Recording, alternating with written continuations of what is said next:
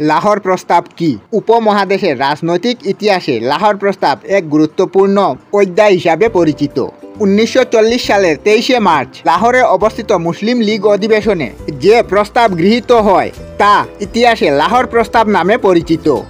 কে ফজলুল হক ছিলেন এই প্রস্তাবের উত্থাপক। লাহোর প্রস্তাব ভারত উপমহাদেশের উত্তর পশ্চিম ও পূর্বাঞ্চলে মুসলিম সংখ্যাগরিষ্ঠ এলাকা সমূহের একাধিক স্বাধীন রাষ্ট্রের সিদ্ধান্ত গ্রহণ করা হয়। প্রকৃতপক্ষে আঞ্চলিক অধিকার, আত্মনিয়ন্ত্রণের অধিকার ও সার্বভৌমত্ব অর্জন ছিল লাহোর প্রস্তাবের মূল যুক্তি।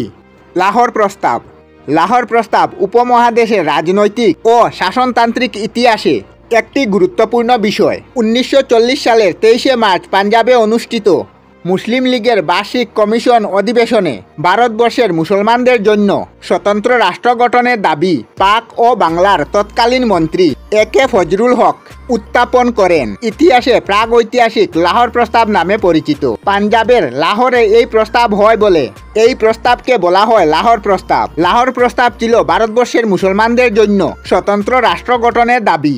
ভারতের রাজনৈতিক ও শাসনতান্ত্রিক ইতিহাসে লাহোর প্রস্তাব এক গুরুত্বপূর্ণ স্থান দখল করে আছে। ভারতীয় মুসলিমদের আঞ্চলিক স্বাধীনতার ও সার্বভৌমত্ব ছিল এ প্রস্তাবের প্রধান উদ্দেশ্য। এই প্রস্তাবে কে ফজলুল হকের নাম অন্যতম। আমরা আমাদের চ্যানেলে সব ধরনের ভিডিও আপলোড করি, যেমন ব্লগ, নিউজ, কুকিং ভিডিও, ধার্মিক আলোচনা ইত্যাদি। যদি আপনারা এই ধরনের ভিডিও দেখতে পছন্দ করেন তাহলে এই চ্যানেলটি নিশ্চয়ই সাবস্ক্রাইব করবেন।